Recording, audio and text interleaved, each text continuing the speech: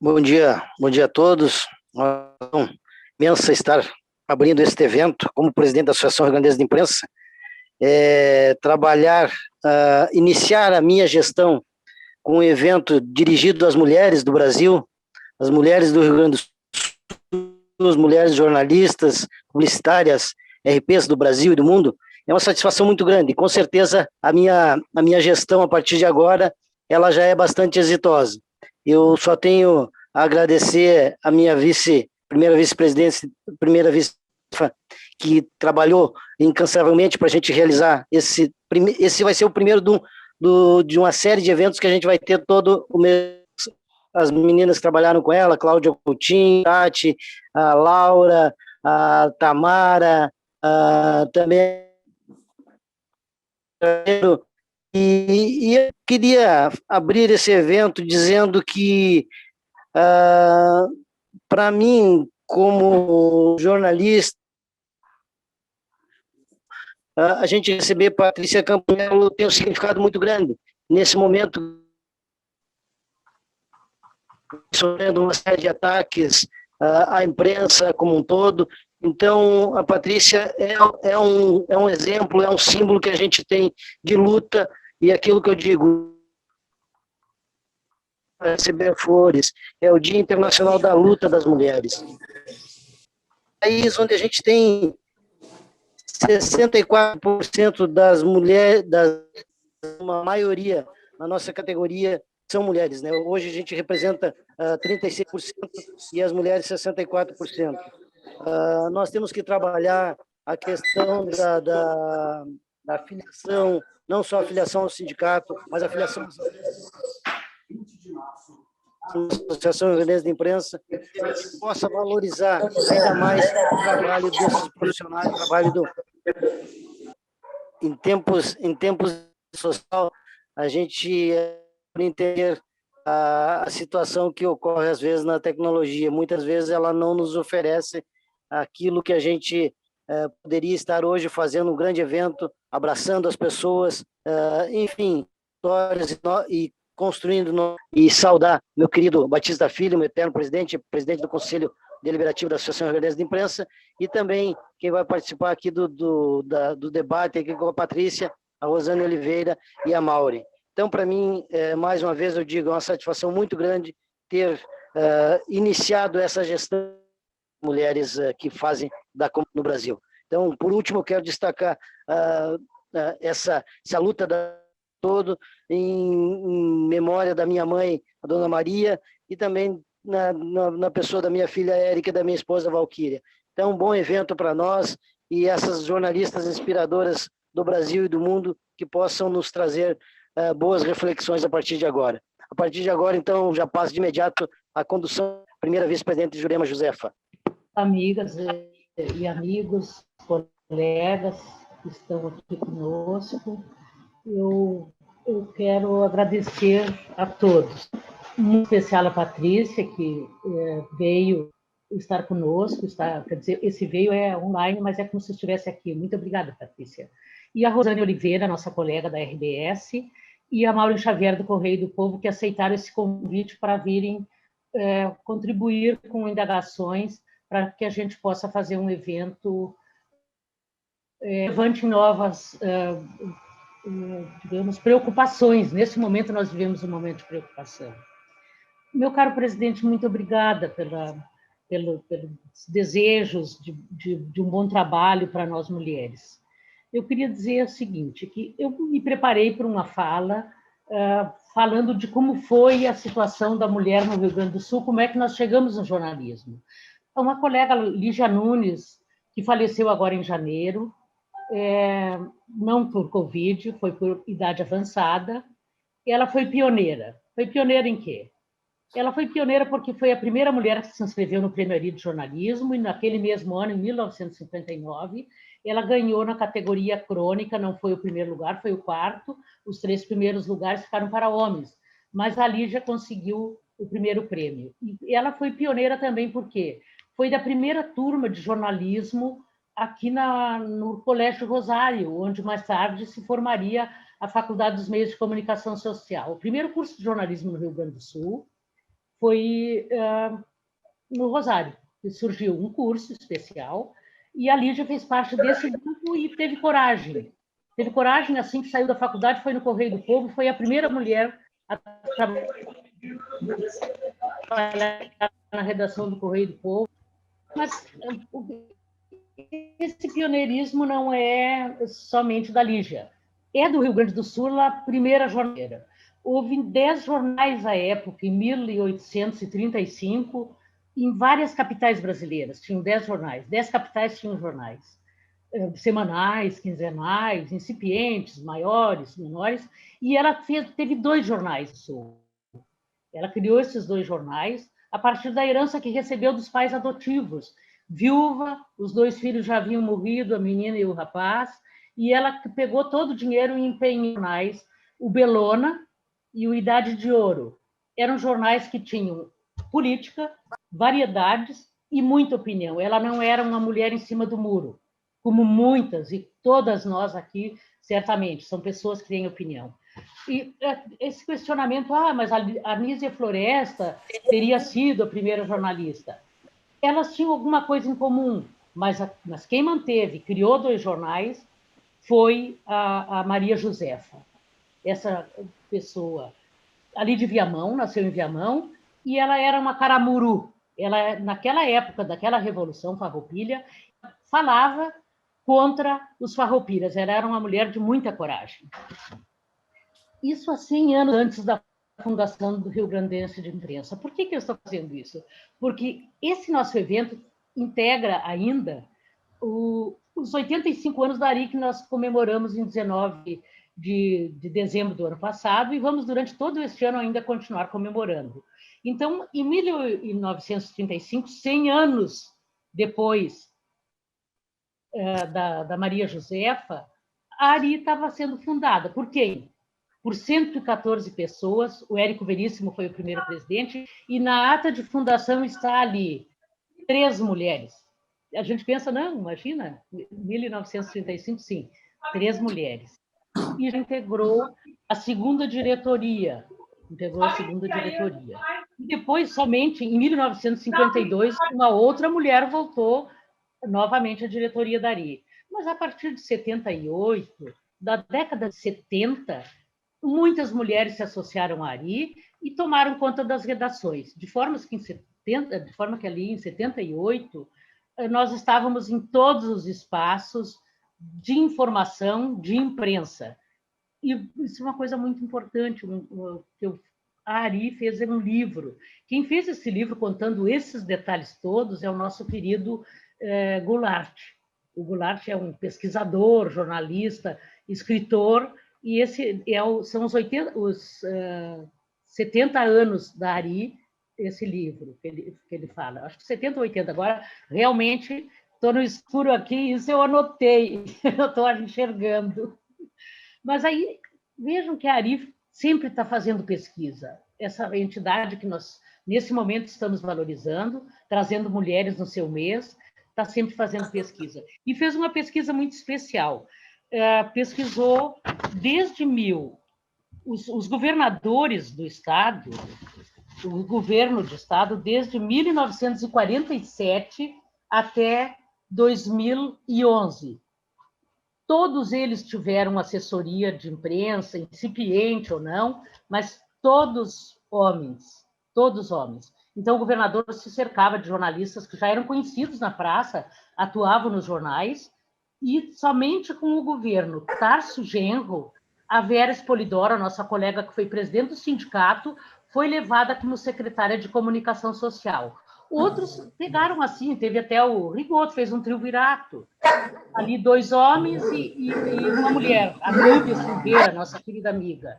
Mas realmente foi a Vera. Mas ela saiu e ficou um homem no lugar dela. Então, no atual governo, o Eduardo Leite, desde o começo, conta com a Tânia Moreira, que é a sua secretária de comunicação social. Mas por que nós estamos falando disso tudo, né? Por que lembrar o trabalho da mulher, que hoje está presente em todas as redações? Porque nós temos tido assim, um trabalho de muita coragem, não foi fácil, eu imagino a Lígia Nunes chegando na redação do Correio do Povo, tem histórias de colegas que conviveram com ela, está em livros, que ela chegou, e aí diz que um deles viu aquela moça entrando e foi lá pegá-la pela mão. O que houve? O que a senhora queria? Então, imagine assim, isso é coragem que nós temos tido. Temos tido medo, mas temos sido corajosas. Então, para discutir isso, para nós discutirmos essa coragem e essa necessidade de ainda assim, nós ainda precisamos comemorar o Dia da Mulher, debater o Dia da Mulher, o mês da mulher, porque a forma de agressão que nós sofremos é muito especial. Tem até as mesmas formas que os colegas homens são ofendidos e tem as próprias nossas. Então, nós temos que discutir verdadeiramente a questão de gênero. Eu quero, em seguida, passar para a Rosane, mas eu só queria dizer que, na abertura deste nosso evento, nós queremos deixar em nome da Associação Rio Grandense de Imprensa, o nosso sentimento à família dessas 263 mil pessoas que perderam a vida pela Covid e que nós, tanto que a Ari tem feito manifestações seguidas contrapondo o pensamento do governo central, porque nós entendemos que, sim, existem responsáveis por esse descaso, por esse monte de vidas que foram perdidas. Até janeiro, não temos ainda de fevereiro, até janeiro nós perdemos 94 colegas jornalistas que atuavam na linha de frente. Perdemos aqui em Porto Alegre a Joyce Larronda, que foi a primeira mulher que ganhou o prêmio de jornalismo em 1971 na área de esportes. Nós perdemos essa colega. A mãe dela faleceu numa semana e ela na outra, por Covid. Então, assim, em nome da Ari, nós estamos deixando esse voto assim, de sentimento a essas famílias todas. Rosane, tu poderias, então, apresentar a nossa convidada e iniciar a entrevista? Eu te agradeço. Agradeço a todos. Muito bom dia, minhas amigas, meus amigos. Apresentar a Patrícia Campos Melo, para mim, é uma satisfação muito grande, porque a Patrícia, na verdade, não precisa, ela dispensa apresentações. Os leitores da Folha de São Paulo conhecem a Patrícia pelo trabalho dela como correspondente de guerra, como uma pessoa corajosa, valente. Eu definiria a Patrícia, acima de tudo, como uma mulher valente, que fez reportagens incríveis na Líbia, na Síria, em Serra Leoa, no Afeganistão, em todos esses campos minados. Mas o Brasil, fora dos leitores da Folha de São Paulo, conheceu a Patrícia de uma forma muito triste. Foi a partir de uma das grandes reportagens que ela fez, uma reportagem de política, desvendando todo o esquema de disparo de mensagens de WhatsApp na campanha de 2018, que a Patrícia se tornou, infelizmente, conhecida dos brasileiros menos pela reportagem e mais pela forma agressiva como ela passou a ser tratada pelas redes de ódio a partir daquele momento.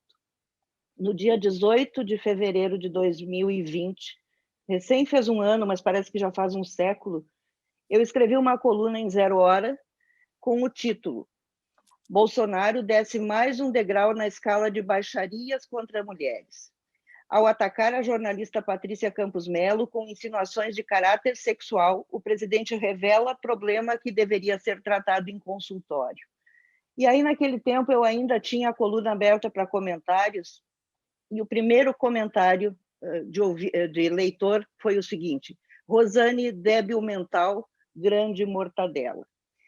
É assim, com esses adjetivos, que nós somos tratadas quando escrevemos alguma coisa que esta máquina do ódio discorda. E A Máquina do Ódio é o título do livro que a Patrícia Campos Melo escreveu, relatando não só essa experiência dela, mas, enfim, como funciona a máquina do ódio. Um livro que eu recomendo a todos vocês que leiam da primeira à última página para entender o que realmente está acontecendo no nosso país. E eu não quero ocupar o tempo que é da Patrícia, porque ela certamente teria o que nos dizer durante o dia todo, mas o nosso tempo aqui é escasso, então, desde já, Patrícia, seja muito bem-vinda, sinta-se acolhida no Rio Grande do Sul, Aqui tu estás entre pessoas que te respeitam e te admiram, e eu queria começar te pedindo que conte um pouco dessa experiência de ser, hoje, certamente, uma das jornalistas mais atacadas do Brasil, com palavrões, com coisas inomináveis, e que acabou se tornando, para todas nós, né, uma referência de luta, uma referência de coragem e de disposição para continuar mostrando o que acontece de errado nesse país, mas tendo que enfrentar toda essa máquina do ódio muito bem descrita no teu livro. Bom, primeiro eu queria agradecer o convite da Associação Rio Grandense, é uma honra enorme, assim, nunca que eu imaginei que eu ia ser convidada para falar assim para vocês, ainda mais entrevistada pela Rosane, grande jornalista, e pela Maureen. Queria agradecer também ao presidente, e também queria me solidarizar com vocês no Rio Grande do Sul, que a situação eu sei que está muito grave, aqui em São Paulo também, mas eu tenho lido bastante sobre Porto Alegre, sobre outras cidades, e queria me solidarizar com vocês que a situação vai ficar pior antes de ficar melhor, né? Como todo mundo está dizendo. Isso que você estava falando, Rosane, uma vez eu participei de um painel com algumas mulheres que cobriam conflitos, né? Entre outras coisas, né? Porque eu acho que não existe essa coisa, sei lá, você é um jornalista, você cobre isso, você cobre... A gente é jornalista, a gente cobre tudo, né? A gente vai lá e tenta aprender. E aí perguntaram para uma correspondente que tinha estado em vários conflitos, uma espanhola, e falaram assim, olha, como é que é para uma mulher, como mulher, cobrir conflitos no mundo? E ela falou assim, por que será que nunca perguntam isso para um homem, né? Como é que é para um homem cobrir conflitos? Você faz o que com seus filhos? Você faz o que com a sua família, né? Eles só perguntam isso para a mulher. Então, até então, a minha experiência era essa, né? Falar, olha... E eu sempre costumava dizer, as pessoas faziam essa pergunta sempre, porque é uma curiosidade, né? E eu falava, eu acho que ser mulher, ser jornalista mulher, tem inúmeras vantagens, né? Principalmente para esse tipo de cobertura, e mesmo para coberturas aqui no Brasil, a gente, por ser mulher, tem um acesso maior às famílias e às pessoas, né? É muito mais fácil, inclusive em países mais conservadores, você conseguir entrevistar mulheres, né, que muitas vezes não se sentem à vontade falando com jornalistas homens, você conseguir ter o privilégio de ganhar um acesso à casa das pessoas, né? E as mulheres são mais de metade da população. Então, eu falava, olha, eu acho que, tudo bem, a gente tem umas limitações logísticas, vamos dizer, em alguns países, né, vamos dizer, na Líbia, no Afeganistão, de movimentação, mas, no geral, eu acho que ser jornalista mulher é uma vantagem imensa, né? A gente tem esse privilégio de ter mais acesso às pessoas. E, a partir de 2018, eu acho que, bom, para mim foi um susto, acho que para muita gente foi um susto, né? A gente descobrir que a gente tinha virado alvo, né? Óbvio que nenhum governo gosta de jornalista, isso aí é dado, né? A gente é chato, a gente investiga, a gente pergunta, questiona, mas em outros governos era uma coisa muito mais contra os jornalistas em geral ou contra veículos específicos do que contra pessoas específicas, né? E mais do que isso, mulheres, né? Assim, antes do episódio que aconteceu comigo, outras mulheres, outras jornalistas vinham sendo atacadas, assim, vou citar, por exemplo, a Miriam Leitão. A Miriam Leitão é um exemplo de resiliência, porque o que ela aguenta de ataque baixo, né? E teve várias outras, e em especial as mulheres negras são muito atacadas, né? Essa coisa de milícia digital, eles têm uma coisa muito específica com grupos minoritários. E uma das coisas que acho que foi nova para a gente, para nós mulheres todas, eu acho que é do jogo a gente ser criticado. É muito bem-vindo, aliás, né? A gente vão falar, olha, sua matéria tá uma porcaria. Tá no direito da pessoa, né? O nosso cliente, por assim dizer, o nosso leitor, nosso telespectador, nosso ouvinte. Então, ele pode falar, sua matéria tá uma porcaria, sua matéria tá errada, a gente vai ter que corrigir, conforme for, a gente vai ter que pagar uma indenização. Mas o tipo de crítica e ataque que a gente vem sofrendo, principalmente as mulheres, são ataques muito diferentes, né? Primeiro que eu acho que o nível de agressividade é muito maior, tem colegas homens que são muito atacados, e sempre, né? Mas com as mulheres, parece que se permitem ser mais agressivos ainda. E uma coisa que raramente é direcionada ao nosso trabalho. Então, assim, você é gorda, você é feia, você oferece sexo, o seu marido não sei o que lá, o seu filho não sei o que, o seu pai não sei o que. Então, assim, são sempre coisas que pegam nesses preconceitos ancestrais, né? De falar, a mulher, ela conseguiu alguma coisa, claro, porque ela ofereceu sexo. Essa mulher, ela não pode ser inteligente. Olha, a gente tem que falar da aparência dela. Então, dá uma sensação de injustiça, né? Porque, assim, como todo mundo aqui, homens e mulheres, a gente está tentando cobrir uma pandemia, um negócio super difícil, né? Inclusive, minha homenagem aí, todo mundo que está na linha de frente, né, cobrindo hospitais, cobrindo um governo muito difícil, que tem uma hostilidade maior ainda contra a imprensa, e por ser mulher, a gente ainda sofre esses ataques que não tem nada a ver com o nosso trabalho, né? É muito injusto, porque, assim, a gente só está fazendo uma matéria, escrevendo ou falando, né? Esse é o nosso trabalho. A gente não está lá para falar se a gente é gorda, se a gente é velha, se a gente é feia, ou se eles acham que mulher, para conseguir alguma coisa, tem que oferecer sexo. Então, é um negócio meio novo, eu acho, né? Que a gente está se adaptando. E um desafio com esse governo e com esse tipo de ataque, é muito difícil a gente não tomar partido, né? Porque as coisas são tão revoltantes do que a gente vê, que é muito... a gente corre esse risco, né? É quase... inevitável, né? Mas a gente tem que segurar a onda e ficar fazendo jornalismo, tentar fazer um jornalismo isento na medida do possível, mesmo com essa situação absurda, e mostrar todos os absurdos pelo que a gente apura, pelo que a gente investiga, né? E não com posicionamento. Essa é uma posição polêmica minha, eu sei, tem gente que acha que não, que a gente tem que se posicionar, eu acho que eu sou velha guarda ainda, acho que não, mas eu sei que é difícil. Patrícia, antes de passar a palavra para a Maureen, eu queria te perguntar sobre autocensura. Porque quando uma pessoa é muito atacada, ela começa a se perguntar, será que eu entro nesse assunto? Será que eu vou pegar esse bonde aqui e vou correr o risco de ser mais atacada do que eu já sou? Então, eu queria te ouvir sobre o risco de a autocensura acabar prejudicando o nosso trabalho, de um lado, e também te pediria para falar um pouquinho, porque me comoveu muito na abertura do teu livro, assim, como é lidar com isso na família, porque o teu filho, que é uma criança pequena, nem teu filho foi poupado nisso, porque entra lá no Google e procura Patrícia Campos Melo, e aí vem essa enxurrada de barbaridades. Bom, você é um exemplo de como não se autocensurar, né, Rosane? É muito difícil, né, porque óbvio que dá medo, né? Quando a gente vai escrever alguma coisa ou vai investigar, anteriormente você pensava o quê? Bom, eu preciso ouvir todos os lados, eu preciso pegar os documentos, eu preciso, em última instância, passar pelo advogado, mas você nunca pensava assim, eu preciso pensar como eles vão me atacar e de que forma. Eu preciso estar preparada, porque eles vão entrar e vão fazer um vídeo, vão fazer um meme, fazer uma coisa pornográfica, vão falar do meu filho, da minha mãe, do meu pai. Então, assim, se eu te disser que eu não penso nisso, antes de publicar alguma coisa, é mentira.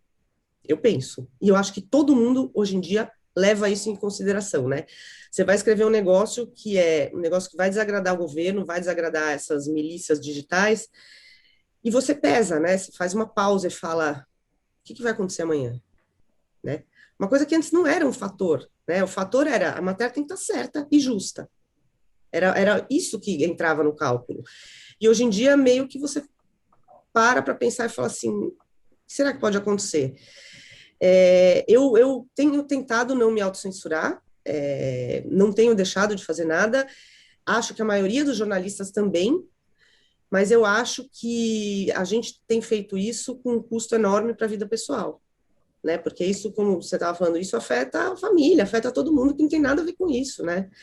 Assim, a história do meu filho, eu tenho um filho incrível, bom, toda mãe fala que o filho é incrível, mas eu tenho um filho incrível que tem 9 anos, acabou de completar, e ele, infelizmente, se viu tragado para uma discussão política, né? Assim, acho que várias crianças, vários tão meio que acabam envoltos nessa discussão política que toma conta do país. E uma vez, eu conto no começo do livro, ele estava... Na verdade, ele queria fazer um canal no YouTube, e eu, como sou totalmente paranoica com essa coisa de ter aberto, as pessoas olharem, etc., porque internet, eu falei, não, sim, mas você faz com o meu nome e um canal fechado. E aí ele foi botar o meu nome ali para puxar, para entrar no canal, etc., e quando ele pôs meu nome, veio um vídeo do então candidato Alexandre Frota, que era um vídeo falando, essa vagabunda, sem vergonha, desclassificada, petista, comunista, alguma coisa nessa linha. E aí meu filho veio falar para mim, ai, mamãe, olha, eu tô aqui, fui pegar meu canal e veio um vídeo de um cara falando muito mal de você. E aí eu já parei e falei, ai, meu Deus. Isso foi em começo de 2019, ou seja, antes de 2020, antes da coisa sexual, né? Foi a primeira onda ali de ataques. E aí eu fiquei morrendo de medo, falei, ai, meu Deus, o que será que é? Aí ele falou, posso ver com você, mamãe? Eu falei, claro, vamos ver junto, né? E a gente viu, e aí era o cara lá falando aquelas coisas, criticando matérias, dizendo que eu era comunista, vagabunda, né? E aí eu falei para ele, olha, filho, a mamãe fez umas matérias e teve gente que gostou, teve gente que não gostou, era um momento sensível, né, no meio da eleição, e esse cara aí, ele ficou muito bravo e xingou a mamãe. Aí meu filho ficou muito, acho que o que mais pegou para ele foi chamar de sem vergonha, né? Ele falou assim, mas mamãe, ele tá te chamando de sem vergonha. Aí eu não consigo pensar em nada mais adulto ou politicamente correto do que dizer para ele, filho, pensa uma coisa, esse cara aí fazia filme pelado, a sua mãe nunca fez filme pelada. Quem é que é sem vergonha? Eu acho que ele tem muito menos vergonha que a sua mãe. Agora, uma coisa idiota, né? Pueril, mas super funcionou naquele momento. Agora, se eu pensar, hoje em dia, se ele acha uma das coisas que tem na internet, que são memes pornográficos, que fizeram colagens de eu pelada, eu tendo relações sexuais, vídeo pornográfico. Se o meu filho acha um negócio desses, não tem análise que resolva. Assim, vão ser tipo 15 anos de análise. Não... Então, assim, esse tipo de. E esse negócio está para sempre, né? Na internet. Não tem. Assim, todo mundo que já sofreu ataque, que deve ser todo mundo que está aqui, você sabe que tem uns ataques muito violentos e que eles estão lá para sempre, as pessoas vão achar. E isso simplesmente por quê? Porque a gente faz matéria, né? Não é, ninguém está fazendo nada outro, é simplesmente um trabalho, né? E então, assim, esse efeito para temos trilha sonora. Esse efeito para a família é muito é uma sacanagem, né? A família, eles não têm nada a ver com isso, né? E vai sobrar para eles. E é isso que eu acho também muito, muito ruim, né? Critiquem nosso trabalho, mas não façam uma coisa que sobra para a família inteira das pessoas. Maureen. Rosane, colegas, Patrícia, uma honra estar fazendo parte desse painel e pelo convite. Quero dizer algumas coisas antes de perguntar. Eu queria fazer um questionamento também em relação à autocensura, porque eu acho que é impossível realmente hoje, quando está produzindo qualquer tipo de conteúdo, não pensar porque, né, o retorno vem e, né, as redes estão aí para mostrar isso. Mas eu queria dizer que o trabalho que tu fez e a maneira que tu conseguiu transformar uma situação que eu acho que eu posso definir de dor para ti em um livro muito importante e atual, porque mais não, né? Com a tua experiência, tu conseguiu trazer e compilar um assunto que é extremamente complexo. Eu acho que é fundamental se discutir hoje, né? Porque acho que tu pontuou muito bem. Eu acho que todos os colegas concordam. É só o trabalho que a gente está fazendo. E eu acho que eu queria muito aproveitar, para não ser repetitiva nas perguntas, como que boa parte do que tu discutiu foi em relação à eleição, ao período eleitoral, ao impacto nas democracias. Passado agora um ano de pandemia, a gente viu o quanto isso também impactou na pandemia.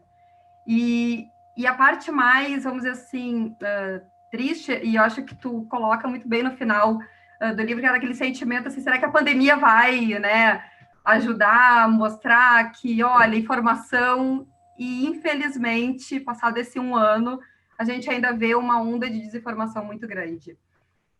Como é que tu vê, por essa experiência, por essa trajetória, para reverter e para tentar diminuir essa voz, essa máquina, né, que mais do que, eu digo mais no sentido de também destrói as vidas, destrói o emocional e hoje está matando pessoas, né, efetivamente aqui no país. Era isso. Charity tax. Obrigada, Maureen, super obrigada pela tua pergunta excelente. De fato, muito pior do que o que a gente passa é que as pessoas estão morrendo, literalmente, por causa desse tipo de desinformação, né?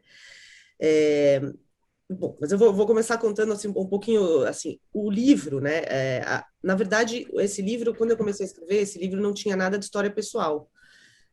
Eu sou meio fóbica, assim, eu não gosto muito de coisa primeira pessoa, etc. Era um livro mesmo descrevendo como é que a manipulação do debate público com redes sociais estava sendo usada em vários países, e comparando Brasil, Estados Unidos e Índia, que eram locais onde eu tinha coberto eleições e estava seguindo o assunto. Só que aí, em fevereiro de 2020, aconteceu aquele episódio de uma testemunha na CPMI dizer que eu tinha tentado seduzir, oferecer sexo para conseguir informação, e a gente logo depois desmentiu isso, porque eu, graças a Deus, tenho tudo registrado, então, assim, com as mensagens, com os áudios, assim, fizemos todas as evidências ali, e mesmo assim, isso viralizou, né? Primeiro porque o deputado Eduardo Bolsonaro falou isso no plenário da Câmara, ele fez vídeos, etc., e todos os bolsonaristas fizeram, e depois, quando aumentou mesmo, foi quando o presidente Bolsonaro fez uma piada usando isso. E quando aconteceu tudo isso, teve alguns blogueiros, vamos dizer, de extrema-direita, que disseram, esse pessoal aí não tem senso de humor, é uma piadinha. E aí eu parei para pensar, porque até então eu não tinha falado sobre o assunto, ninguém, porque é isso, eu acho que a gente é jornalista, né? A gente não é para dar entrevista, né? A gente está do outro lado. Mas aí aquilo começou a me irritar muito, porque assim, não é uma piada. E aí eu pensei, eu vou escrever um texto mostrando que tipo de coisa está acontecendo, né? E que, inclusive, não é só online, né? Você tem gente ligando no seu telefone xingando, você tem vizinha saindo na janela, no terceiro, segundo andar, aqui, na minha vizinha, aqui no prédio do lado, gritando. Então, assim, e mostrar para as pessoas o tipo de mensagem, o tipo de meme, o tipo de vídeo que estava rolando, né? E aí eu acabei incluindo no livro a história dos ataques a jornalistas, porque eu acho que essas duas coisas são muito ligadas, né? Por um lado, você inunda as redes sociais com desinformação e com a versão que você quer emplacar, né?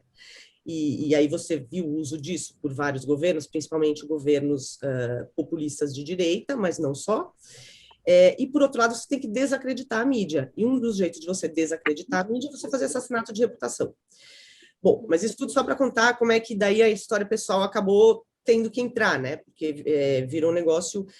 E em relação à desinformação agora na Covid, eu pensava isso, né? Eu sei lá, tinha uma certa esperança, porque as primeiras pesquisas mostravam que as pessoas estavam revalorizando o jornalismo profissional, né? Que no meio de uma coisa que, uma doença mortal, que ninguém entendia, você via as pesquisas e assim, olha, a gente agora está recorrendo mais a jornalismo profissional, seja mídia independente, mídia mainstream, mas assim, jornalismo profissional.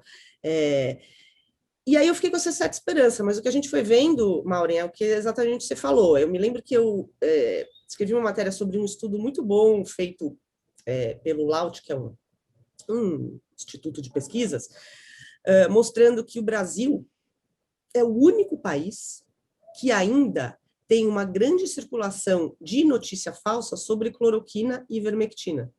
Nem a França, de onde é o médico Didier Raoult, que foi o cara que fez essas pesquisas e que continuou bombando essa história, nem lá circula como no Brasil. Então, o que acontece, eu acho que a gente não conseguiu furar essa bolha de desinformação, né? Hoje em dia, jornalismo profissional, checagem de fatos, a gente fica falando com a gente mesmo, né?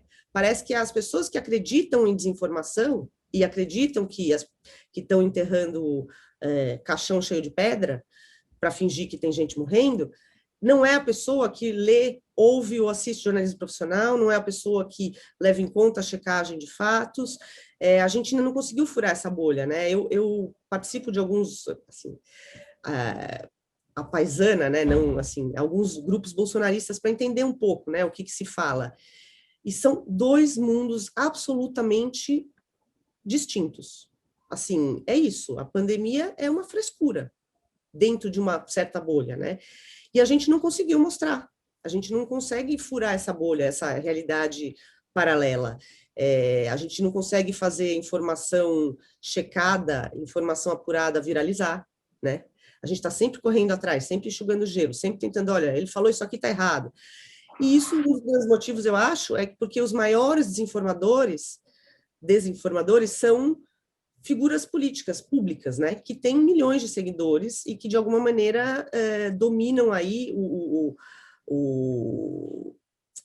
ciclo de notícias, né, eles conseguem pautar o noticiário, etc.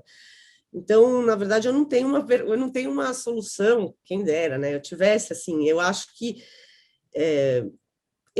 sim, houve por certa parte da população, uma valorização, né, do trabalho de gente que está ali para pegar informação, né, que assim, o que a gente faz que é diferente, assim, ninguém está sentado na frente do computador ou na câmera tirando informação do cotovelo, né, porque assim, tem muita gente que ninguém é obrigado a saber como a gente trabalha, né, eu também não sei como é que um cirurgião cardíaco costura o coração, né, a gente, apesar de jornalismo ser muito menos difícil que isso, as pessoas não sabem muito bem que todas as informações que a gente dá, a gente tirou de algum lugar, né, a gente não tirou da cabeça.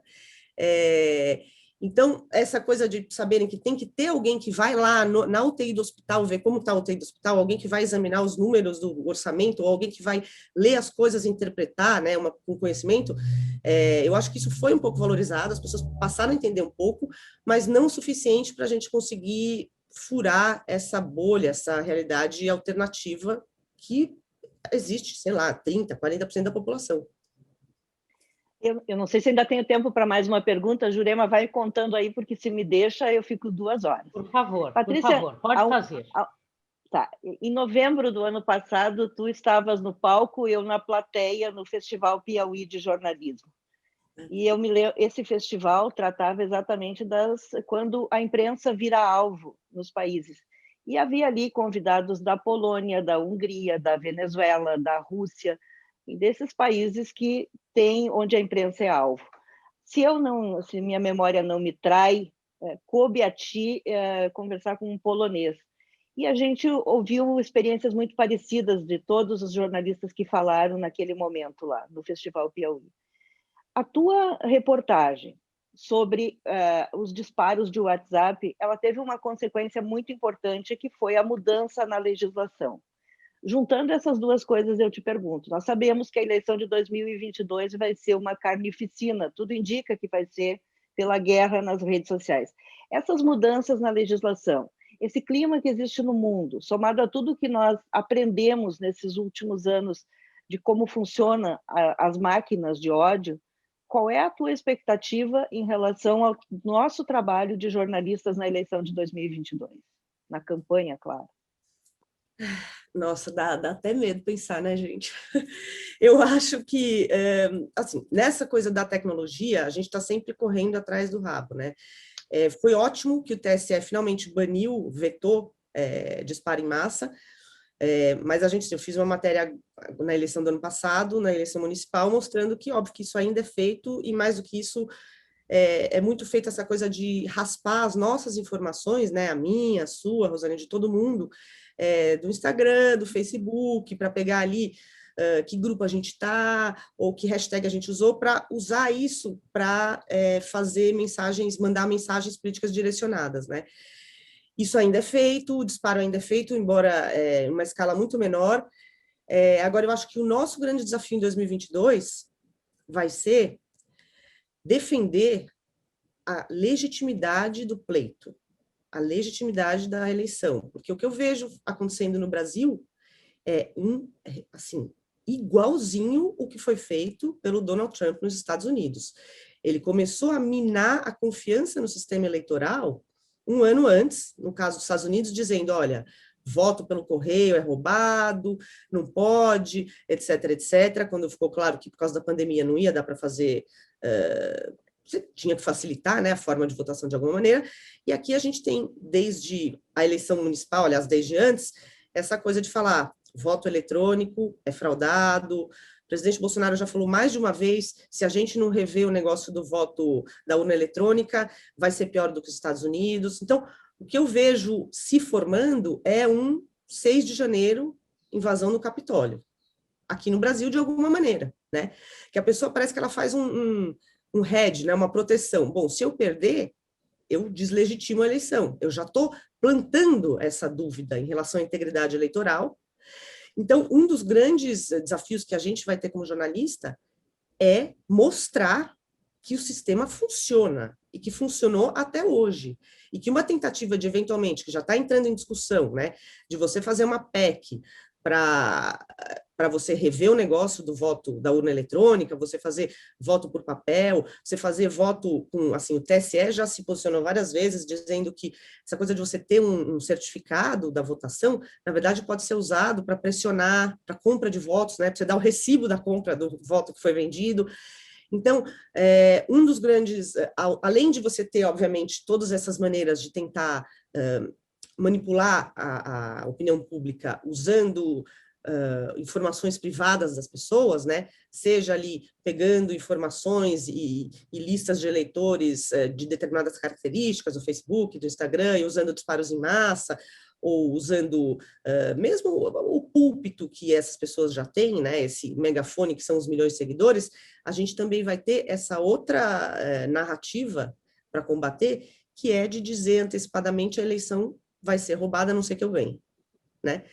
Se eu ganhar, tudo bem, a eleição foi justa, senão esse voto eletrônico não presta.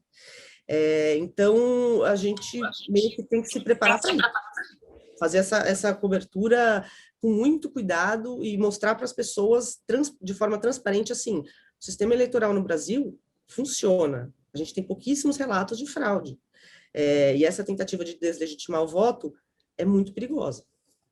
Eu queria aproveitar, se ainda der uma pergunta antes, que é exatamente, voltando um pouco para a questão do teu livro, eu achei muito interessante ali a parte, e acho que tu pontuou bem também, Patrícia, de como foi a tua apuração para fazer aquela matéria, e de como isso te preservou numa eventual que, infelizmente, acabou acontecendo numa confrontação.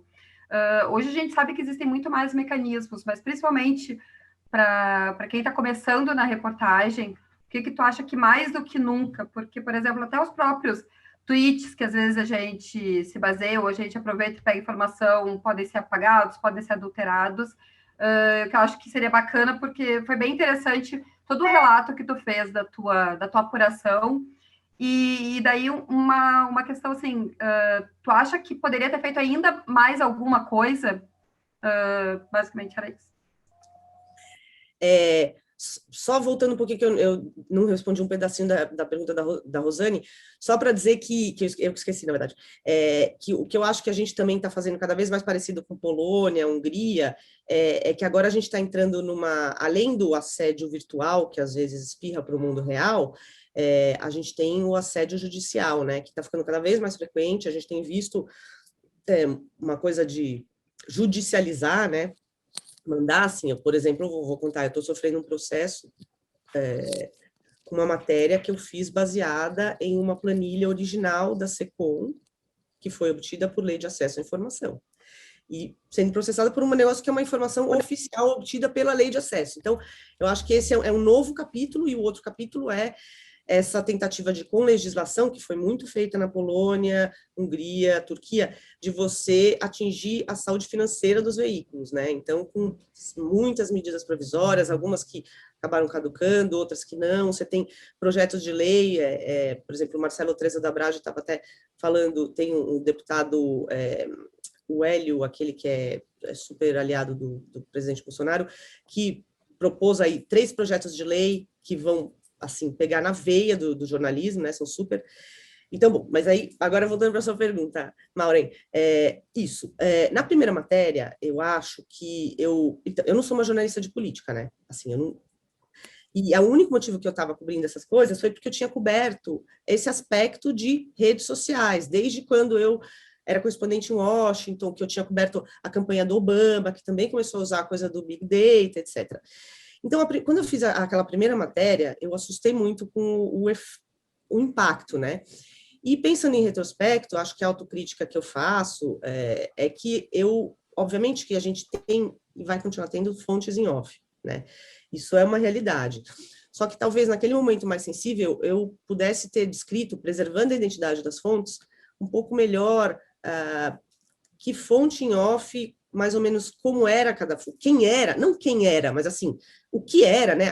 Esse era um cliente de uma agência de marketing, esse era o dono da agência de marketing, esse era o ex-funcionário da agência de marketing, que estava descrevendo cada coisa, né?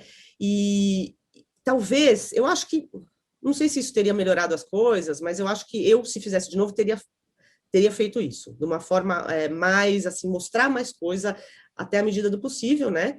É óbvio que na justiça a gente mandou as mensagens, todas as coisas que a gente tem, mas, assim, isso podia ter ajudado, eu acho. E nas matérias seguintes, eu fiquei completamente paranoica, completamente. Então, eu falei, agora eu vou... e é uma coisa que eu falo, assim, infelizmente, a gente tem que ser paranoico hoje em dia. Então, assim, salva todas as mensagens do WhatsApp, do Telegram, do Signal, guarda, pega um HD externo, tudo, pega todos os áudios, faz todas as entrevistas gravadas, pergunta para a pessoa, posso gravar? Posso. Se for em off, beleza, mas grava, para você ter.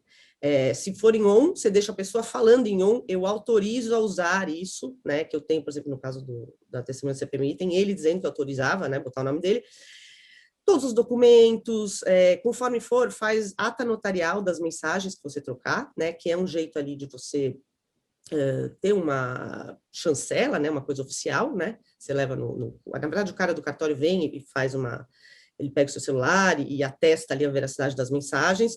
Então, assim, tudo que der para documentar, todos os documentos, e é o que você falou, as pessoas apagam o tweet, as pessoas, então, na hora, você pega, guarda o URL, salva a tela, tudo, bota no HD externo e na nuvem e deixa guardado.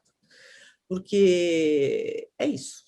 A gente virou alvo, tem que se calçar por todos os lados. Infelizmente, todo mundo tem que ficar paranoico. Jurema, dá o comando aqui, porque, como eu disse, né, se me deixa, eu vou perguntando. Porque eu sei que tem muita gente que gostaria de participar também, eu não quero ser invasiva nesse caso.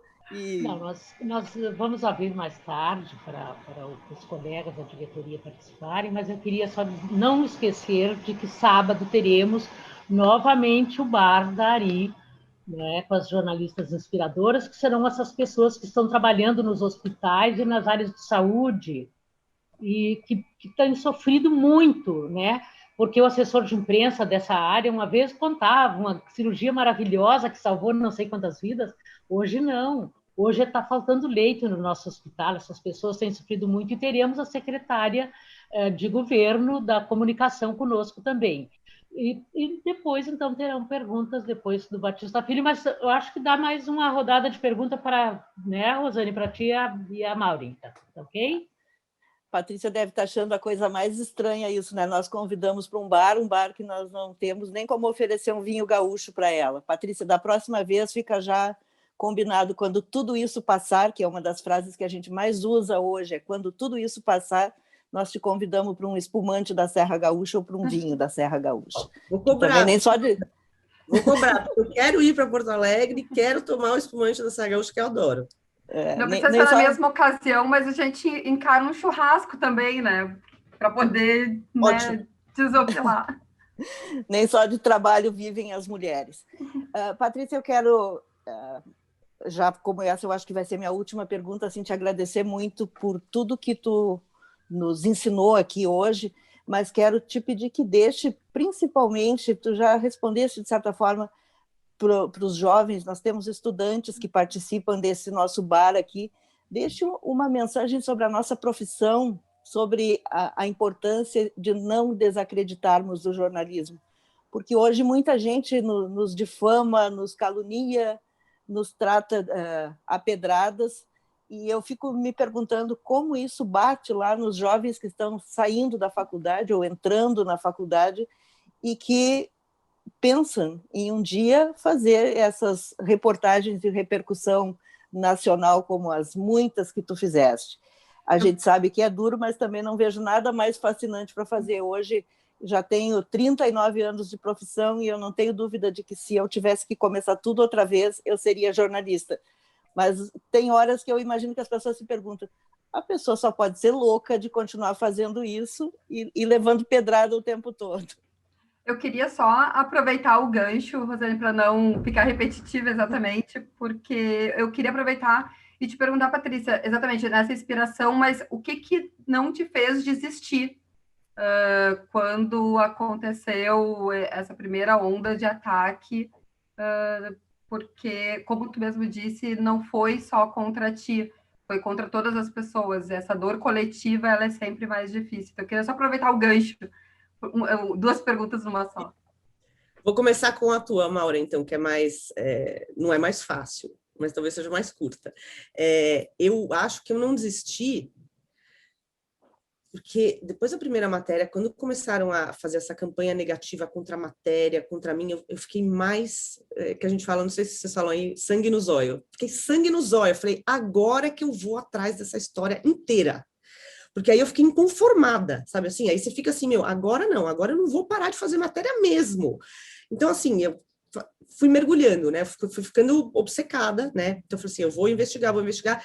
Inclusive de não deixar, eu me lembro que logo depois, em 2019, teve a primeira viagem internacional do presidente Bolsonaro, que foi para visitar o Donald Trump em Washington. E eu, assim, a coisa que eu mais fazia antes era política externa, visita presidencial. Eu tinha coberto quase todas as visitas presidenciais para os Estados Unidos nos anos anteriores, sei lá, do Lula, da presidente Dilma, todas. E aí eu falei, o jornal falou, olha, se você não se sentir confortável, eu falei assim, de jeito nenhum, eu preciso cobrir isso, eu não vou deixar de fazer nada. Aliás, eu vou fazer mais. Porque aí eu fiquei mais, assim, sangue nos olhos, né, que a gente fala, que eu falei, eu quero continuar fazendo meu trabalho, ninguém vai. E, bom, em relação ao jornalismo, eu concordo, Rosa, assim, a gente tem a melhor profissão do mundo, né? Apesar de tudo, imagine que profissão dos sonhos, que você poder conhecer tantas pessoas muito interessantes e perguntar para elas o que a gente quiser, e ouvir essas histórias incríveis, né? Seja no Brasil, seja fora, e descobrir essas coisas. Eu não consigo pensar em nenhum emprego mais interessante do que esse. E eu acho que, assim, eu não dou conselho para ninguém, tá, gente? Eu tô aprendendo ainda, não estou nessa posição de dar conselho, mas uma coisa que uma vez uma chefe minha, que foi uma mentora maravilhosa, que ela inclusive trabalhou no Zero Hora, ela não é gaúcha, mas ela trabalhou no Zero Hora, chama Cida Damasco, que é uma pessoa muito querida, e ela me falou que eu assino embaixo que ela falou, que é assim, jornalista tem que ouvir muito mais do que falar.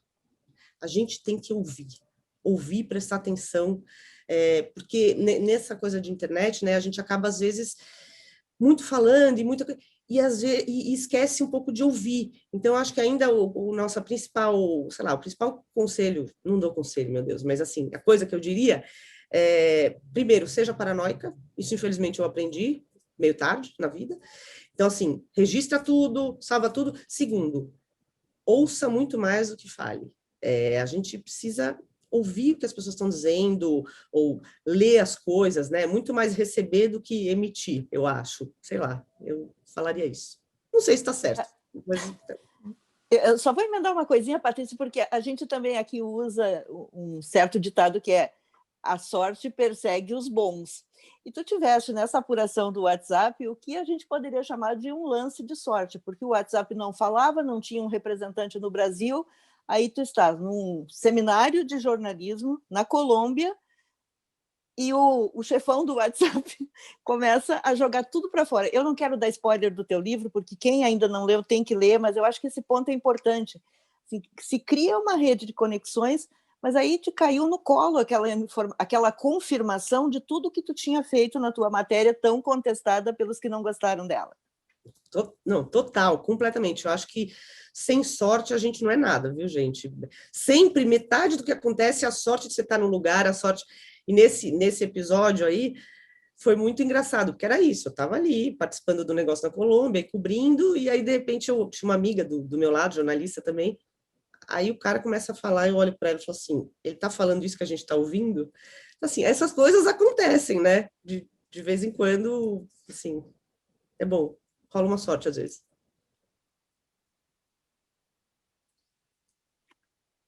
E aí, Jurema, dá o comando, Jurema. Pois, olha, eu queria dizer que tem cerca de 60 pessoas acompanhando pelo Facebook da ARI, que isso é muito importante para nós, e nós temos, assim, presenças importantes, até o vereador Pedro Rua está conosco também, é filho de jornalista, ele está aí mais como filho de jornalista do que como vereador. E lembrando que esse tipo de ataque que tu também sofreste, Rosane, todos nós já sofremos, e essa revolta que temos de envolverem também a nossa família, Patrícia. Isso foi uma coisa muito importante que falaste, porque assim, ó, é uma milícia. Hoje, como foi proibido aquelas repicagens das máquinas de dispersar ódio, então, existem grupos de WhatsApp especializados que criaram essa semana aqui em Porto Alegre, Rosane, que tu nem, não sei se chegaste a falar nisso, porque eu perdi um tempo, a minha internet caiu, eu não sei nem se vocês me ouviram tudo. Mas assim, ó, nós, nesta semana, se negando uma emergência do Hospital Moinhos de Vento, é um grupo agora de WhatsApp, um faz a história e joga para vários, e está se criando isso é a nova fórmula que é para aquela eleição que tu falavas, Patrícia. Eu queria, assim, ó, eu acho que a Rosane poderia né, fazer o encerramento chamando o Batista Filho, nosso querido presidente do conselho, porque em seguida os colegas da diretoria querem conversar também, estão todos ansiosos. O Batista Filho vai dizer algumas coisas para nós. Mas se tu e a Mauro tiverem mais alguma indagação, estejam à vontade, por favor. Só vou, Jurema, a Patrícia deve ter acompanhado, mas o que aconteceu aqui foi uma amostra, né, dessa loucura que nós estamos vivendo, que uma pessoa, é um pequeno empresário, dono de uma lojinha aqui perto da minha casa até, pegou um celular, foi no Hospital Moinhos de Vento, que é um dos nossos principais hospitais, para gravar um vídeo, supostamente para provar, entre aspas, que era exagero, terrorismo da mídia, que os hospitais estavam lotados, que havia fila nas UTIs, porque aqui no pátio do Hospital Moinhos de Vento não tinha ninguém, estava tudo tranquilo, a emergência tranquila como num dia qualquer, e que isso provaria, então, que nós estávamos mentindo. Gerou uma revolta imensa entre os médicos, com toda a razão, nota do Moinhos de Vento, uma reação impressionante. Mas deu para perceber a rapidez com que se espalhou esse vídeo, gravado por um imbecil mesmo, não tem outra palavra para definir esse homem, se espalhou que lá no grupo de família, da minha família, lá no interior, a 300 quilômetros daqui, aquilo já tinha chegado e as pessoas me têm por uma checadora, então a minha prima foi a primeira que mandou: o que tu tens a me dizer sobre isso? Aí, que isso é uma bobagem. Aí eu fico respondendo como se eu não tivesse muito o que fazer nessa loucura toda. Então, a Jurema citou o caso, eu achei importante te esclarecer, porque isso certamente vai acontecer muito, né, de as pessoas não podendo fazer o disparo em massa, esses grupos que já estão organizados, e nós estamos numa pandemia que não deixa dúvidas aqui da situação absolutamente caótica do Rio Grande do Sul, mas mesmo com tudo que nós estamos mostrando, as pessoas não acreditam. Agora, imagine-se, né, quando nós estivermos tratando de questões mais subjetivas, onde nós não temos as imagens da UTI lotada, as imagens das famílias chorando, dos médicos dando depoimento. Esse é o nosso drama daqui para frente, não é só com 2022 que eu me preocupo, não. Me preocupo com os próximos meses de 2021 e com, talvez, o resto dos nossos dias, né? Porque nós estamos vivendo um momento que é muito triste, até me emociono muito, porque nunca tivemos uma crise sanitária dessa magnitude. Nós temos uma previsão de que a tragédia, a catástrofe será a maior das nossas vidas aqui, que vai piorar muito antes de começar a melhorar no Rio Grande do Sul.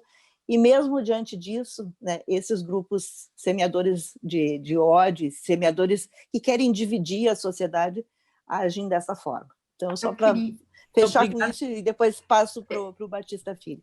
Eu queria só fazer um adendo no relato da Rosane, bem detalhado, é que essa situação ela aconteceu um dia depois de um jornalista, né, ter entrado dentro da emergência do Hospital de Clínicas aqui de Porto Alegre, ter feito relato, ter feito imagens e ter compartilhado com a mídia, saiu nas Zero Hora, saiu no Correio do Povo, teve material que saiu no Jornal do Comércio, por exemplo, só para citar alguns, que era exatamente para mostrar o que não pode ser visto até por medidas sanitárias. E exatamente um dia depois dessas fotos estarem na capa dos veículos, acontecer esse tipo de vídeo que se proliferou nos grupos de WhatsApp, mas no Twitter também, a ponto de ter pessoas de outros estados compartilhando e dando o aval como aquilo fosse verdadeiro, só para fazer esse adendo.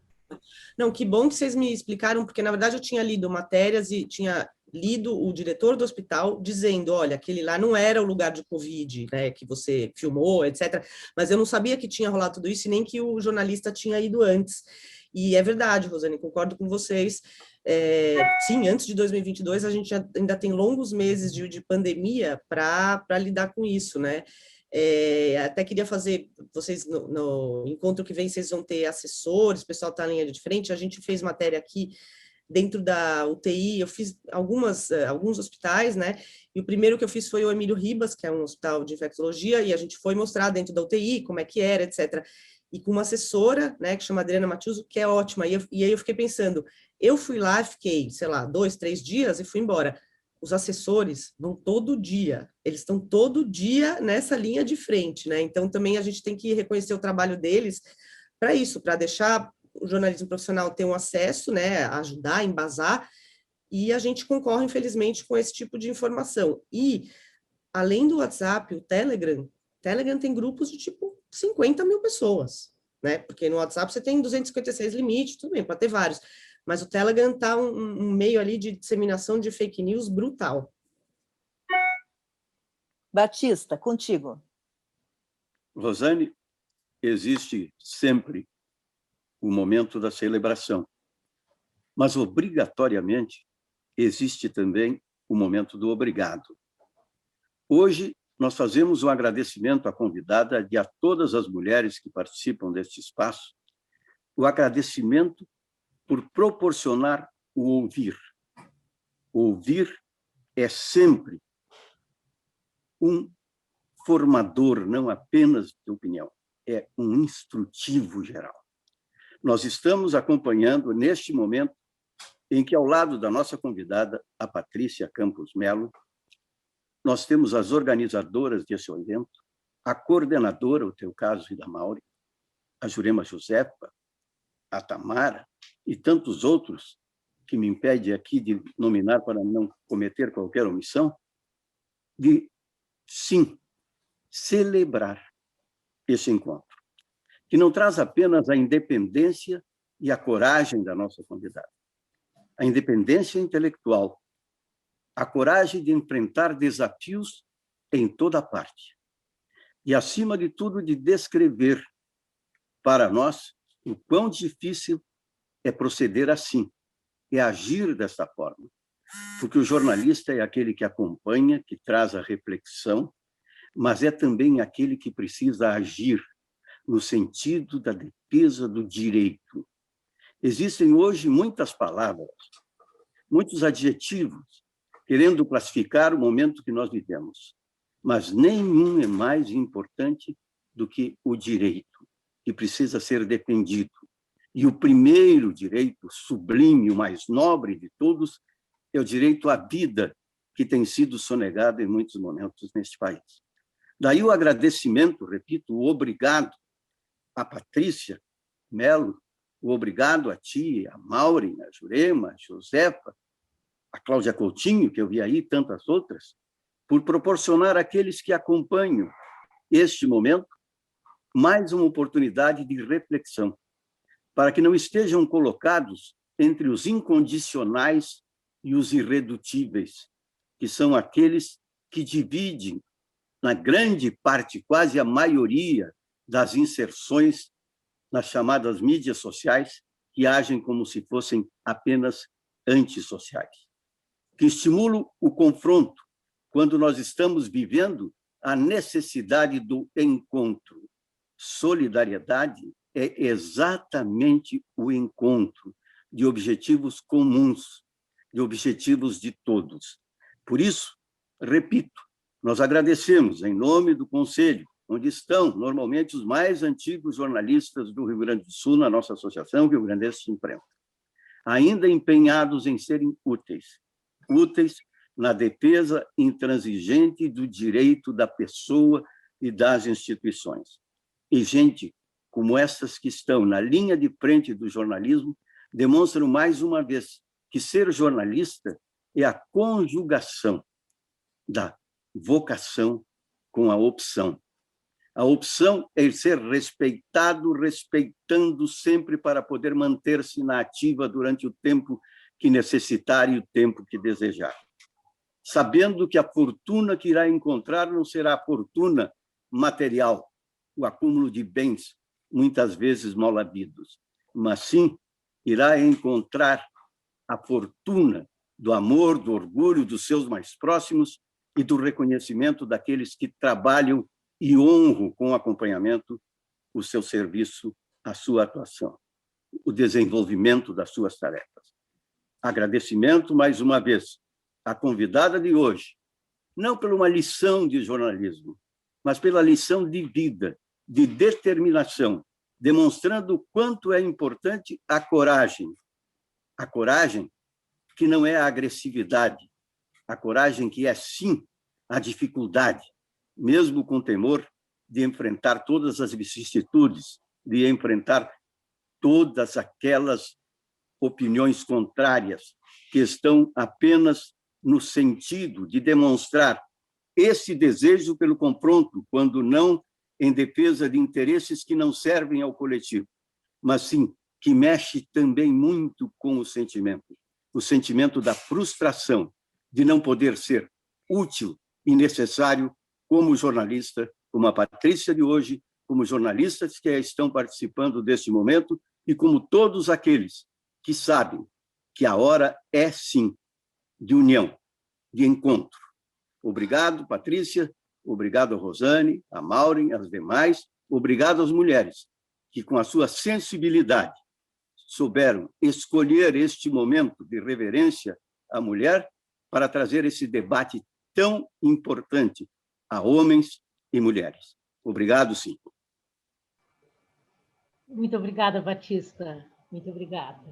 Assim, ó, eu só queria dizer que o Marcelo Soares está lá em São Paulo e manda um abraço bem grande para a Patrícia também, que o Marcelo é nosso colega, foi cria nossa ali no Correio do Povo e que depois subiu vida fora.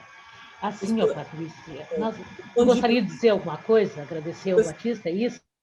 Não, eu queria agradecer a fala do Batista, muito obrigada, e também falar para o Marcelo, Marcelo Soares é um dos maiores jornalistas hoje em dia, então agradeço aí, o filho de vocês, espetacular. Nós estamos com várias perguntas pelo chat, outros já pediram para mim também. Eu vou passar a fala ao Romero, porque ele é nosso colega que cuida na Associação Brasileira de Imprensa também dessa área do jornalismo investigativo e das denúncias contra a prática do jornalismo. Romero, por favor. Se o Romero não está presente, eu vou chamar a Laura Glier, então, que é a próxima. Você não tinha me avisado, me pegou de surpresa. Está presente, vai firme. Eu só solicito que sejam perguntas, eu estou com as 5 pessoas inscritas, então, e o tempo agora urge. Obrigada. Muito mais do que pergunta, primeiro eu quero agradecer imensamente a Patrícia, em nome da direção da ARI, também lá da nossa Associação Brasileira de Imprensa, que você já participou de inúmeros eventos, eu integro a Comissão de Liberdade de Imprensa, com a Cristina Serra, com o Cid Benjamin, e só posso saudar, e acima de tudo, saber e ter, eu que há 15 anos faço levantamentos de ataques à imprensa brasileira, temos inclusive um blog, agora tem o ABI Alerta lá, eu acho que é fundamental que nós tenhamos o teu exemplo para seguirmos enfrentando, principalmente nesse tempo de ataques, de negacionismo, de violência contra os profissionais. Está se aproximando o dia do jornalista também, e nós temos que ter certeza que, como eu coloquei essa mensagenzinha que é lógico que é a Folha de São Paulo que faz a propaganda, mas nós temos a convicção, eu não gosto muito dessa autolouvação, mas nós temos a convicção que, se não houvesse a informação fidedigna e efetiva, nós teríamos uma situação muito pior no nosso Brasil hoje. E dizer, né, que eu acho que é o que estou referindo, sem liberdade de imprensa não há democracia. Muito obrigado, Patrícia. Muito obrigada, Romero, e obrigada pelo trabalho de vocês, tão importante. Obrigada aí por todo o apoio para todos nós. Laura, por favor. A Laura vai coordenar na próxima semana, ela tem bastante coisa para falar. Um abraço, Laura. Um abraço a todas, parabéns para ti, Jurema, né, e todas as nossas colegas aí que estamos organizando. Parabéns, Patrícia, é um prazer e inspirador te ouvir. Rosane e Maureen pela condução. Só reforçando o que foi falado do Hospital Moinhos, também foi uma resposta àquela notícia que circulou nacionalmente do container, né, que foi um dos primeiros hospitais a manifestar que tinha feito a locação, né, de um container para colocar seus mortos. Mas a pergunta que eu queria fazer para ti, Patrícia, eu também sou professora, e temos vários aqui que são professores, é em relação à mídia do cidadão, né? A gente tem hoje esse empoderamento do cidadão, às vezes, a Rosane sabe muito bem disso, às vezes a gente não se controla vendo aqueles comentários, né, horrorosos nas notícias que são veiculadas, as pessoas não acreditam simplesmente porque filtram a partir da sua bolha, né, e daquilo que elas acreditam. Eu queria te ouvir em relação a isso. O que nós podemos fazer para educar mais o cidadão? Não sei se seria esse o verbo, mas o que nós podemos fazer em relação a esse empoderamento hoje, que é saudável ao mesmo tempo, né, mas que também se torna tão perigoso, e a gente tem que estar esgrimando, como diz o Bonner, né, o tempo todo, com essa opinião pública contrária e negacionista, muitas vezes. Parabéns de novo, obrigada. Obrigada, Laura, e obrigada pela pergunta. É muito louco isso, né? Quando a gente começou no início aí da internet, das redes sociais, né? O panorama que a gente via era uma coisa muito positiva, né? Era a democratização da informação. Todo mundo podia ali recolher, todo mundo era um cidadão jornalista, todo mundo ia poder estar num lugar e emitir as informações, você não tinha mais o oligopólio da grande imprensa, etc. E, de fato, foi uma coisa muito positiva, né?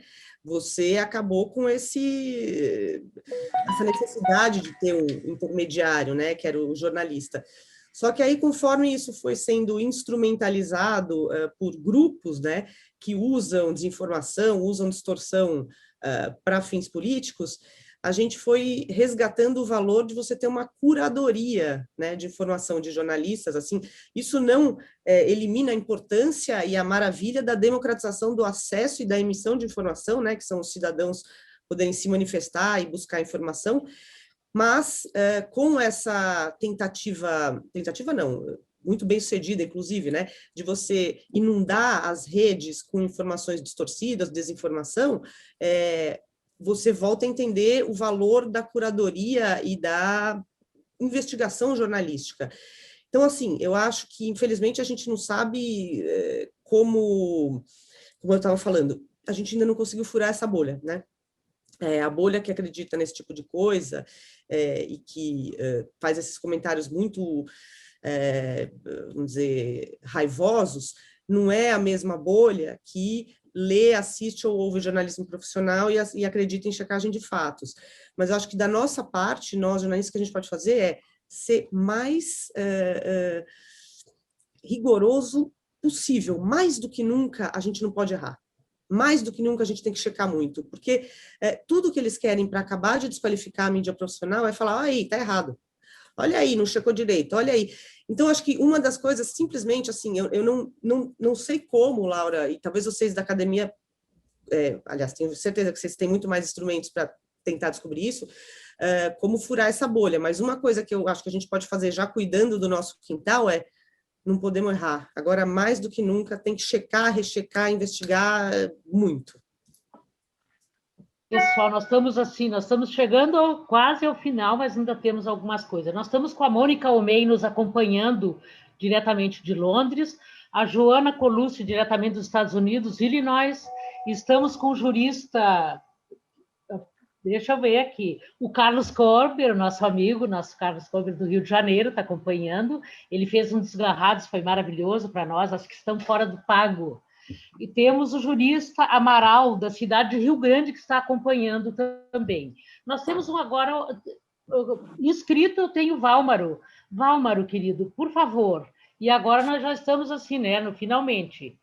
Não te esquece, Patrícia, que a Associação Rio Grandense de Imprensa está, assim, gratificada por teres aceito estar conosco. Eu agradeço em nome de toda a diretoria da Sociedade Gaúcha e te dizer que leve mais uma pala daqui. Faca na bota, é aquele sangue no olho e faca na bota. A Dilma era faca na bota, mas era mineira. Adorei. Válmaro, por favor, Válmaro. Bom dia a todos. Bom dia a todos e todas. Inicialmente, eu gostaria de parabenizar essas mulheres inspiradoras que nos proporcionaram essa verdadeira aula de jornalismo da Patrícia. Eu achei maravilhoso esse programa e espero que se repita. Meus parabéns para a Patrícia pela coragem. Agora tem a perguntinha. A questão dessas mídias, dessa indústria do crime, dessa mídia industrializada, não é nova. A divisão do ódio é antiga, mas as redes sociais vieram potencializar isso de uma maneira tal que hoje se fala na tal da guerra híbrida e coisas desse tipo, com informações falsas. Tanto que tem pessoas que não ligam mais, tem países e estrategistas que, em vez de armas letais, utilizam essas outras armas que também são letais.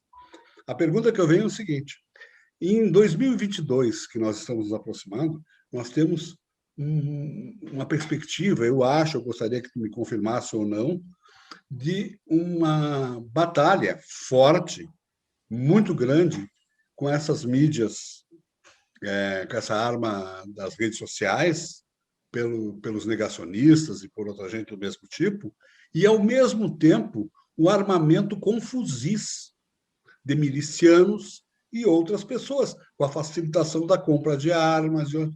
E eu prevejo uma situação muito mais difícil do que parece, além da morte de pessoas que está ocorrendo hoje, deliberadamente, do meu modo de ver.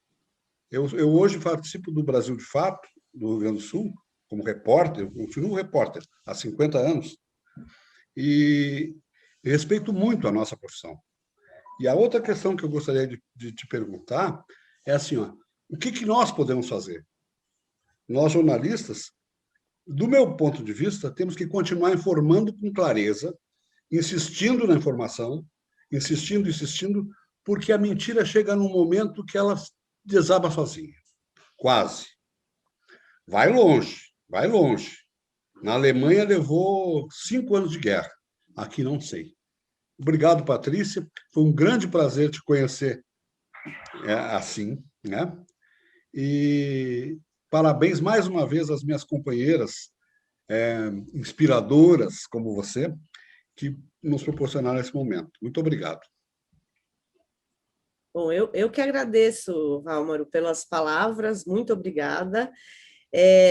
Eu concordo com você, eu acho que agora, além dessa guerra que a gente chama de operações de influência, né, agora ganhou além de campanha de desinformação, mas como um todo operações de influência, que eles chamam, a gente tem uma guerra real. Eu não sou especialista nisso, obviamente vocês devem ter um colega que é o Bruno Paes Manso, que escreveu um livro maravilhoso, República das Milícias, e que estuda isso, e o que é muito assustador, aí a gente lembra um pouco, por exemplo, tanto em relação à hostilidade à mídia, quanto em relação a armar a população e criar ali esses grupos paramilitares, Hugo Chávez, né? Os coletivos venezuelanos eram uma coisa que acabaram sendo instrumentalizados para isso, né? De você ter um exército paralelo. De novo, eu não sou especialista nisso, eu tenho muito medo, acho que esse livro do Bruno Paes Manso é essencial também, super recomendo para vocês. E acho que... Tinha mais uma pergunta, né? Desculpa. Aliás, você tinha uma pergunta depois dessa ou não? Você falou das... Eu acho que era isso. Não, isso, mas ele falou basicamente, que eu lembrei. Não, uma coisa e o legal papel que da você falou. gente. Não, desculpa, rapidinho, vou falar. Um negócio legal que você falou, essa coisa que a verdade prevalece, né? Tinha um juiz da Suprema Corte americana, que era o Oliver Wendell Holmes, que ele falava que a liberdade de expressão, ele meio que sumarizava isso, dizendo que existe um mercado de ideias, e que é um livre mercado, e que a melhor ideia vai prevalecer, né? Você tem uma competição, né, entre as ideias, então você não precisa censurar, a melhor ideia prevalece, e as ideias ruins, más ou desinformação, elas morrem. O único problema é que hoje em dia a gente não tem mais um livre mercado de ideias, né? O debate público, o mercado de ideias é privado, né? É o Facebook, é o Twitter, e por lá você não tem igualdade de condições de competição, né? Enquanto você tem uma pessoa disseminando as ideias dela no megafone, a outra implantou um chip na cabeça das pessoas. Então, até essa coisa da liberdade de expressão é um negócio que a gente está tendo que reaprender e reconceituar de novo, né? Porque são novas regras aí do jogo. Pessoal, nós temos assim muita gente nos acompanhando. Nós temos a Maeli Novak, do jornal Bom Dia Santa Catarina, está acompanhando, a Julieta Amaral, uma colega nossa de Rio Grande, uma querida colega, Andréa Fontana, de Caxias do Sul, e o seu Jaime Sirotsky, que já foi meu patrão ali na RBS, também está nos acompanhando. Eu quero agradecer, então, as pessoas que estão conosco, porque está terminando. Nesse momento, nós estamos na etapa final, daqui a 2 minutos, 3, está encerrando. Agradecer muito, Patrícia, que estás conosco, e se puderes, se tiveres tempo, acompanhe. Temos sábado que vem, nós temos mais, com as colegas que atuam na rede hospitalar, na imprensa, e na próxima teremos as assessoras de imprensa, que nós temos muitas assessorias de imprensa no Rio Grande do Sul. E eu vejo assim, a tua coragem, quando tu disseste que tu resolveu continuar, é bem isso. Esse é o que tem que manter assim, a nossa posição, de mulheres que, sim, tem medo, claro que tu ficaste com medo, claro que tu estás com medo, mas tu tá ali firme na luta, porque tu tens vitórias, a vitória de conseguir manter um padrão de informação para a sociedade brasileira, para a sociedade, para os teus leitores, que é isso que nos motiva. O que nos motiva? Gente, nós fizemos um curso, fizemos um juramento de levar informação de qualidade, isso nós vamos continuar fazendo. Vamos, tu estás fazendo e vai continuar. Então, é isso que nós temos que fazer nesse momento, te agradecer. E agora, eu acho que tu vai dizer um tchau, assim, porque está na hora de a coisa terminar mesmo. Um abraço a todos, muito obrigada, colegas, amigos que estiveram presentes conosco. Um abraço bem grande. E sábado, novamente, às 11 horas. Muito bem, Jurema. Fala um tchauzinho, não? Ou já encerramos? Na verdade, meu tchau vai ser muito rápido. Queria agradecer muito, foi uma mega honra estar aqui, obrigada. E queria gravar suas palavras, Jurema, essas últimas aí, sobre a nossa função, nossa missão, gravar e ficar ouvindo todo dia, sabe? A gente devia acordar ouvindo isso para lembrar, quando a gente ficar de saco cheio, ou quando perder o emprego, tiver que arrumar outro, etc. Daí bota suas palavras aí, grava e faz um jingle para a gente, Jurema. Obrigada.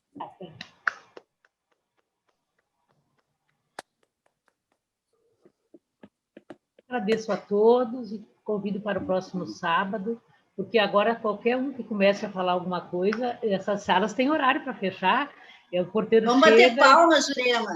Vamos bater palmas.